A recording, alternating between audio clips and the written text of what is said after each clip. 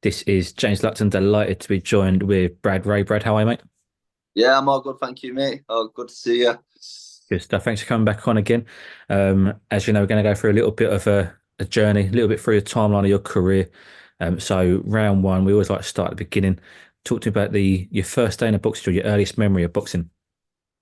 Um, so I've been boxing for as long as I can remember, it seems. But so my mum and dad run an amateur boxing club in Cholton in Manchester. So a lot of my kind of early years were in and around the gym, and it was just normal to me to being in the gym near enough every day, and yeah, we always used to go to the classes, and then just hit a point when I was a little bit older, and we got close to the point where you can start to compete.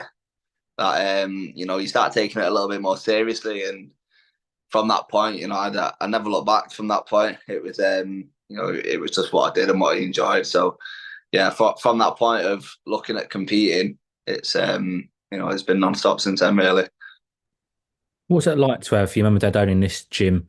And like you say, it was just normal for you. I suppose you just grew up in and around the gym, and without actually realizing it, you probably picked up a lot of information and soaked in a lot of the boxing that's going on without really trying to.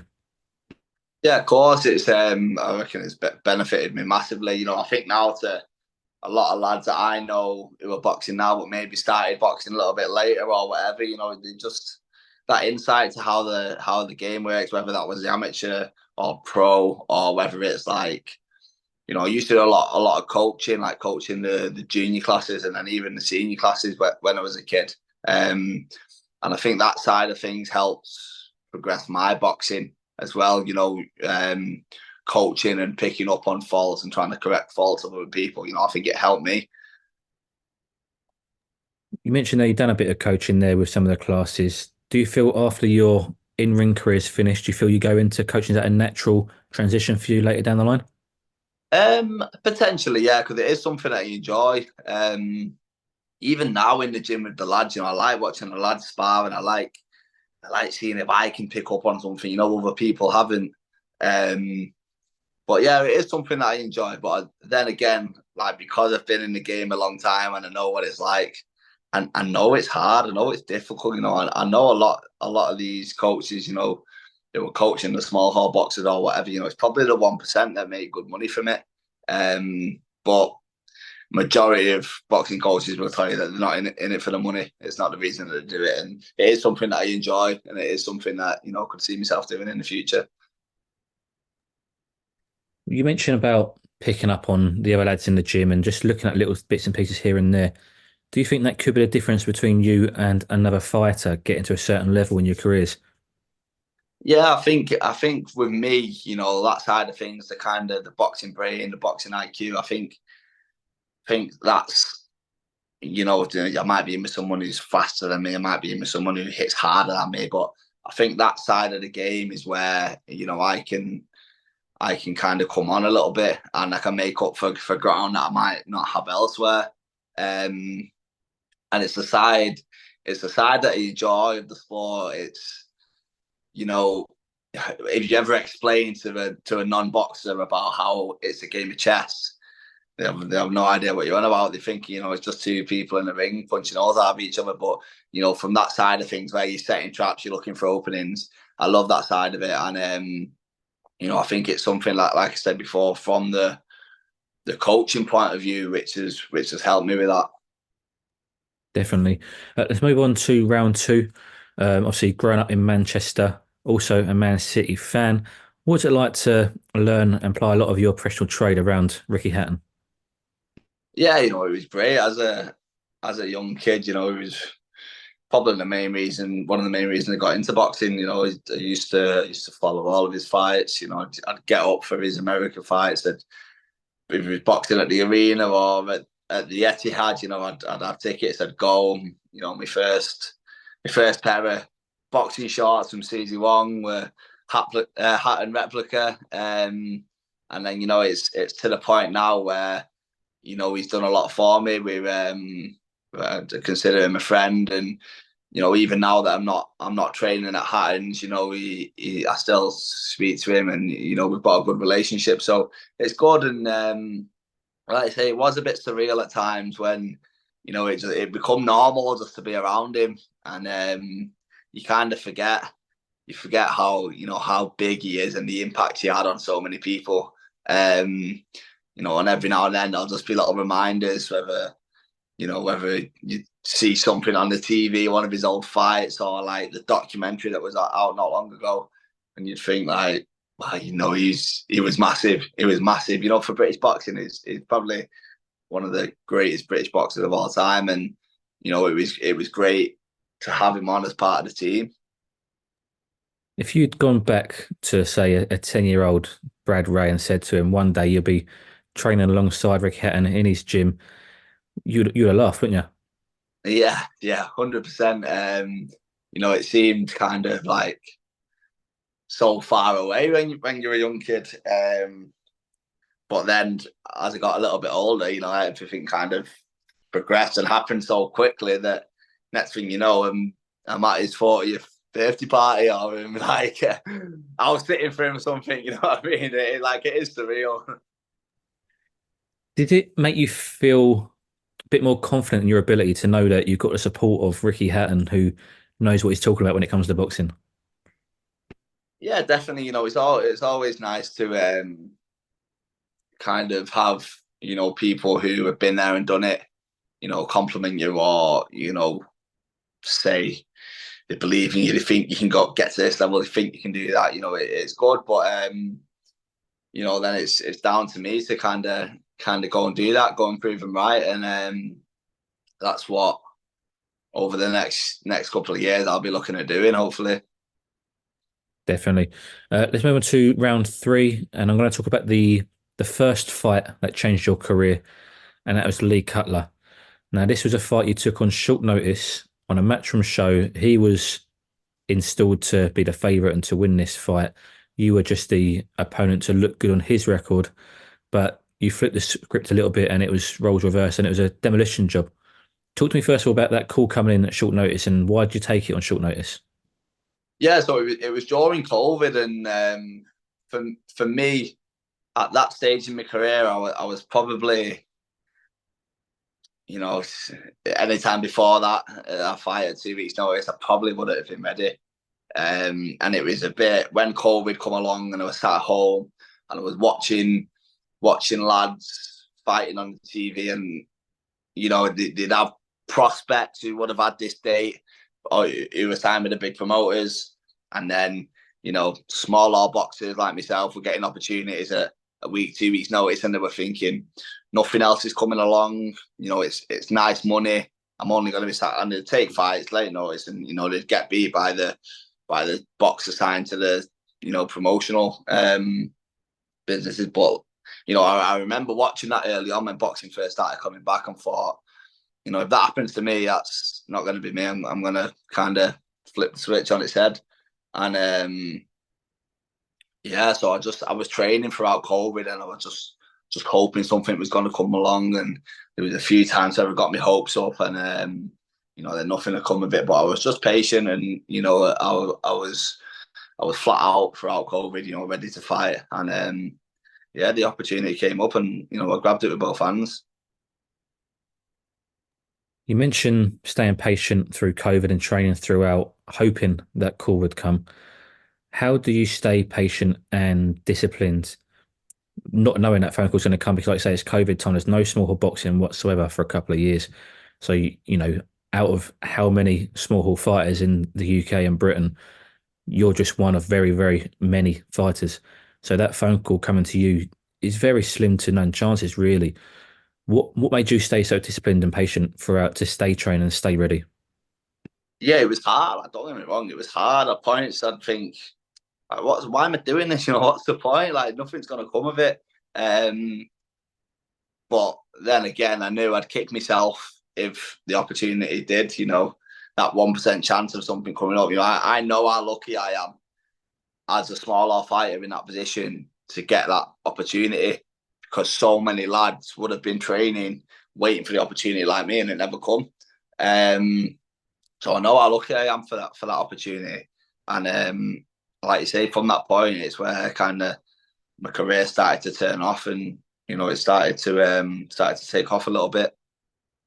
Definitely. Well, that moves us on to round four nicely, and that is promoters. And at this point, promoters started to fight over you a little bit, Brad. Eddie Hearn come out after that and just said, "Wow, praised you and complimented you after that performance." Um, they actually, I believe, offered you a contract at Matchroom, but you decided to sign with Boxer yourself and your team decided to go down that route on Sky Sports. Firstly, what was that like for a small hall fighter to start getting these offers from these big promoters to be put on these big platforms? Yeah, it was so alien to me. It's like, what I'd sit at home and watch at the weekend, you know what I mean? And it was exciting. It was exciting. And like you say, like we had a few options and just the position I was in, the opportunity to fight on Sky Sports regularly, um, that was a deciding factor, really. And I think, to go from kind of a small hall fighter no one's really heard of, and then to being on these big shows, like, I was on some big shows with some big fighters, and, I was on what is probably the biggest sporting platform in the country. And yeah, it was surreal. And it was every fight. I sat back and took it all in and, enjoyed myself. And, you never know what's around the corner in your career. And, it was one thing like first time fighting on Sky, fighting at Manchester Arena, things like that. And, I thought, like you say, you never know what's around the corner. And, this could be um, like a night that I'd never forget. And so I did. I made the effort to kind of sit back, enjoy everything, and take it all in. And which I think I did well. How hard is it to make that decision to go to Boxer when at the time they're very new on the scene? Obviously, you had the backing of a big platform in Sky Sports, but Eddie Hearn is obviously proven, Matchroom proven. I suppose their platform on the zone was quite new, so there's a bit sort of vice versa with Boxer. What was it that made you go with Boxer? You mentioned the Sky Sports platform. How hard is it to make that choice to go away from the experienced in Hearn and Matchroom to try the new guys in Boxer? Yeah, it was like, to be honest, I'm not gonna like sit here and lie and say, "Oh, I was sold." You know what I mean? I was sat in the office with my manager and my coach at the time playing, and I think we were there for about an hour. And at the end, it was like, I remember Steve joking, saying, "Should we just flip a coin here? But just go with whatever because we're just getting no further." And it was literally like that. On another day, it could have been the other decision. But I think I'm happy with the decision that I made. I think it got me a lot of publicity, and like you say, the Zone platform was new at the time. Might not have been as many eyes on me as you get from like Sky Sports, and I think with my career, it did push me on a little bit and get me into like people were seeing me who have never seen me before, which it's always a good thing.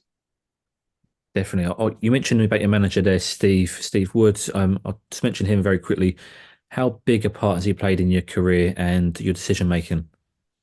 Yeah, so I've been with Steve from my debut, and he's always said to me, Steve, that he'd keep winning, keep boxing on the small hall shows, and he'd get me an opportunity at some point, and then it'd be down to me. And he delivered on what he said, and I delivered on what I said I'd do, and it's been there and done it, Steve. He's managed some top fighters, elite fighters, world champions. So I trust his judgment, and even at times like now where I might get a bit ahead of myself or whatever, or coming back from injury, he was happy to kind of put me on this smaller shows for a little bit, pull me in, pull the reins, and I think now that I'm in that position where I thought I was, and like I know that's the right decision. That's just from the experience that he's got from doing it for so long over the years. You mentioned about your position currently. What is your position promotional currently? I know you've had your last three fights on the small hall with Steve since your defeat, which we'll come on to in a moment. But have you still got a contract with Boxer? Have you still got fights left on that? What's the situation there? Yeah, so I'm hoping to be back on a boxer show next. I think maybe the end of May, start of June, something like that. Um, and I know that the position I'm in, it's not going to be like before. It's not going to be, kind of fights in my favour, and I'm fine with that. I know I probably should be in that position. Um, I don't see why they would carry on kind of backing me like they were before. I've got a point to prove, and it's down to me. And now with the change in coach and having a bit of time and working kind of behind closed doors on the small horse circuit and giving myself a little bit of time, I think I'm in that position now, and I think I'm in the position where when I am back on the big platform, people are gonna be saying like this ain't that same kid from 2 years ago, and I think I'm going to surprise a few people. Moving to round five and the second fight that changed your career, English title fight, Tyler Denny. Result went the other way. It was the first defeat and only defeat still in your career. How did that feel to lose? Oh, it was hard, mate. It was horrible. It was horrible, and like I've said before that I'd love to be able to sit here and say like, oh, I cut corners in the gym. I didn't do this. I didn't do this right, and like I'd just be lying because I've done absolutely everything right during that time. I trained my hardest, put 100% in, and just wasn't my night. Just wasn't my night. For whatever reason, a few different things didn't go my way, but Tyler was the better man on the night and deserved to win. And like I say, people say to me now, oh, it looks good now that compared to how other people have got on with Tyler and he's gone on to be European champion. But I don't look at it that way. I don't look at the decision. I don't look at whatever rounds. I look at like, my performance, and that's the hardest thing. If I would have performed to the best of my ability and got beat, I think it would have been a bit easier to take. But I just know I've got so much more to give than that, and I think that was the worst part. And it took me a while. It took me a while to kind of get over it. I don't think I watched the fight for about 4 or 5 months afterwards. And yeah, but I've said it before as well. I think in a few years' time, I'm gonna say a big thank you to Tyler Denny, because I think that night is gonna be, when my career kind of took a turn, and I think it's gonna be one of the best things that's happened to me. Did you, in watching the ring, did you know you was losing the fight or you'd lost the fight come the final bell? Yeah, I didn't think when the bell went, I knew I didn't do enough to win the fight, and I knew I wouldn't have been happy if I would have got the decision. And it was one of them like ninth round. I knew he was behind. I knew he had to pull something out of the bag, and there was a point where in the ninth I thought I was going to get him out of there, and but it just wasn't meant to be. There was a few things in that round that could have went my way, and I might have stopped him if I would have got him out of there in the ninth. It wouldn't put me on the path that I'm on now.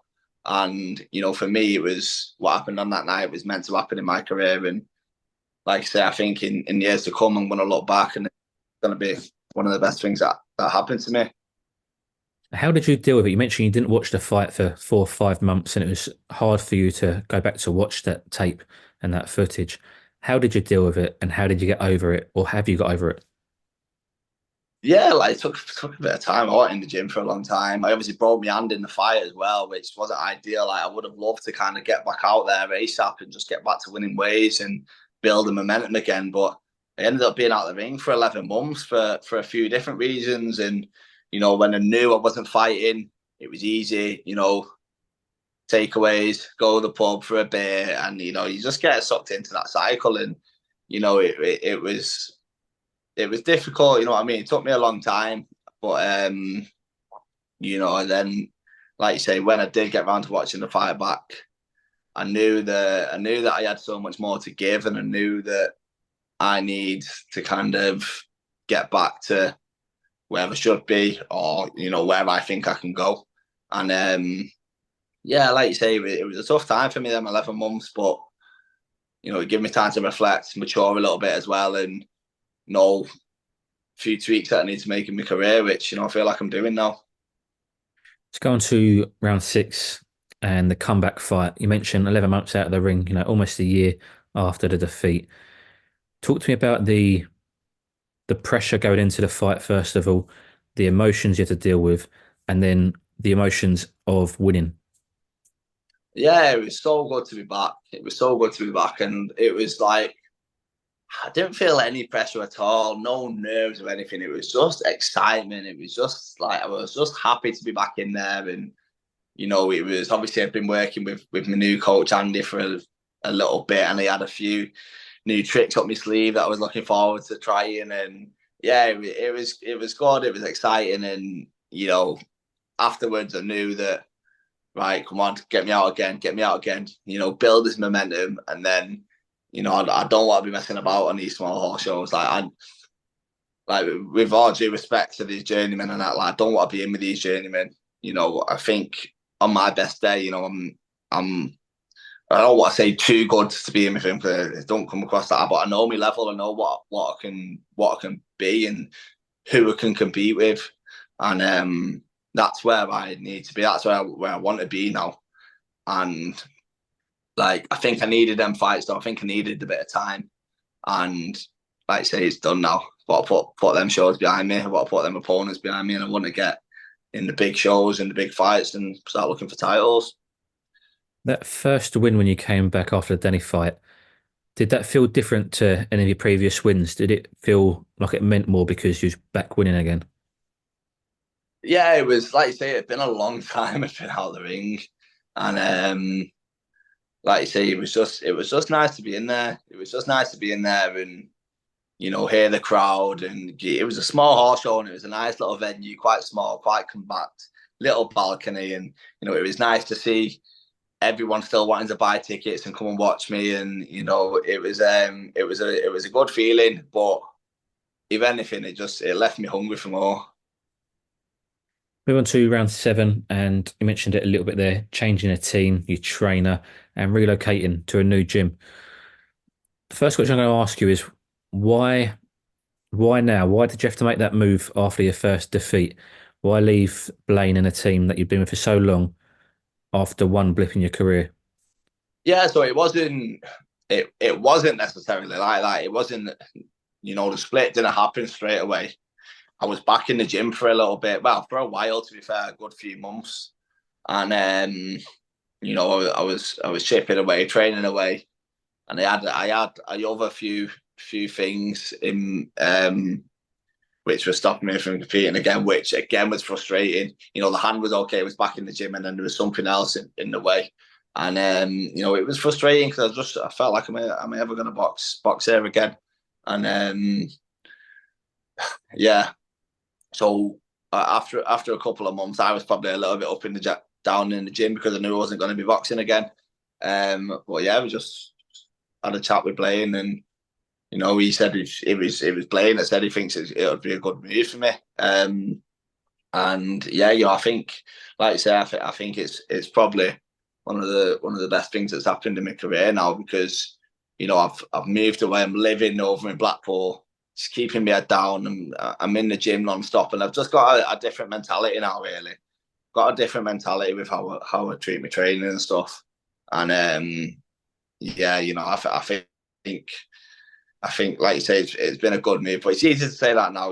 I need to get in the big fights, and I need to prove that it's a good move, and I need to people to see me with live opponents, and I'll show them, what I've been doing and why I've been flying under the radar a little bit. Talk to me about you mentioned the relocation and, moving to Blackpool. Is it better for you, especially during camp, to have that no distractions, no sort of home comforts as such, even though you're not too far away from home, but you're still far enough away to be away from distractions? Yeah, I'm only an hour down the road, but it's just I'm away. I'm away from it. It doesn't matter if it's 10 minutes down the road, but like I have that where I can go home if I have to for anything. But I've been enjoying staying out of the way, and the lads in the gym are all local. If I'm doing anything around Blackpool, I'm going for a steam sauna after training with the lads. I'm going for healthy food. You know what I mean? They're like-minded like me. They've all boxers, and we're all kind of on the same mission. So it's good, and I'm enjoying it. I think the team at the gym, um, all super talented lads, and all kind of motivated in their own ways. But I think we all drag each other on. We're quite competitive, which I enjoy. I enjoy. Yeah, I don't need someone like shouting at me, telling me, "Oh, come on, you need to do this," because I'm trying to beat my mate next to me, or I'm trying to be the fastest in the gym, or I'm trying to, you know what I mean? And I like that. I like that little competitive edge that we've all got here. Tell me one positive that you not necessarily prefer, but that you found in this gym that you didn't find in Hatton's gym. Um, it's tough because they're both very different styles of coaching and very different. At first when I moved training with Andy in Blackpool, it was so alien to me, like the things we were doing. It took me a long time to kind of adjust and adapt, but I love on the pads with Andy. One thing that always stands out, I love that good isn't good enough. We'll stick on something until it's perfect, until it's absolutely perfect. And it doesn't matter if that takes the full session, if we spend an hour and a half on it. You know, we're aiming for perfection, which I love. And I think for me, that's one thing I knew that I was making these little mistakes, and I had to tighten it up. And I think Andy's the perfect coach to do that with. Let's move on to the last round, round eight, and that is the future. Mention obviously you hopefully out on a boxer show next. But you also mentioned you appreciate you may not be necessarily the home fighter or the favourite in the fight. You're not going to get it easy at all, which I'm sure you probably prefer and enjoy anyway. Talk to me about the future and what you hope it holds. Yeah, so like I say, hoping to be out on the Sky Show next. And yeah, I know that with the position I'm in after a loss or whatever, I'm not going to be kind of built as I was before. I might have to take a fight against, an undefeated fighter, up and coming fighter, whatever. I might have to be, if I want a title, be the challenger, and I'm fine with that because I think it's right. After a loss, I've got something to prove, and the division's absolutely stacked, so it's kind of exciting times. I've been on these small hall shows and having a few journeymen. It's made me realise like I want to be in the mix with these kids. I've been watching them in big fights on the TV and stuff, and it's made me want to get in the mix. And like I say, I think after a couple of fights, when I can show people what I can do, and kind of the changes I've made, the changes I've made, sorry, and what I've been working on. I think I will be well and truly back in the mix. And like you say, I think maybe not been forgotten about, but kind of been swept under the carpet a little bit. Maybe a bit of an afterthought. And I don't think that's going to be carrying on for very long. Is there anyone you've got in mind that you've got your sights set on? Anyone that you want that you could potentially see as a realistic fight for you? Um, just like any of them at this point now. I want to. I'd love the English title because I fell short against Denny. I'd love to. It's always been. I've always wanted to go that path, that route, and I'd love the English title. But we've just got to see what comes up, and like you say, anything that he's going to put me in a position to get in big fights, box for bigger titles. Whatever my team, my coach, and my manager think, give me a date, I'll train, I'll turn up, and the plan is now I'll get the job done, whether that's being the underdog, being the away fighter, or whether it's in whatever kind of fight. I'm just hungry to kind of get back in the mix, really. Down the line, at some point in your career, would you like the Tyler Denny rematch? I'd, if I could make middleweight, I'd have the fight next week. But for me, I'm never doing 160 again in my life. No way. And Tyler, I know he likes his food, but I don't think is the biggest middleweight. I don't know if super middleweight's a bit much for him. If he's willing to come up at any point, it's a fight. It's a fight. I jump at 100%. I think the fact that in my head, I've kind of come to terms where I'm probably never going to get to put that right for myself. And that's why, like I've said, it's probably one of the best things that's going to happen to me. I've put it behind me, and I've moved on. But like I said, I don't think that fight will ever happen with the weight changes. But yeah, if he ever fancies a few burgers or whatever during camp, he knows where I am. Brad, perfect. Well, that wraps up today's interview. Thank you very much for your time and taking us through the little journey of your career so far.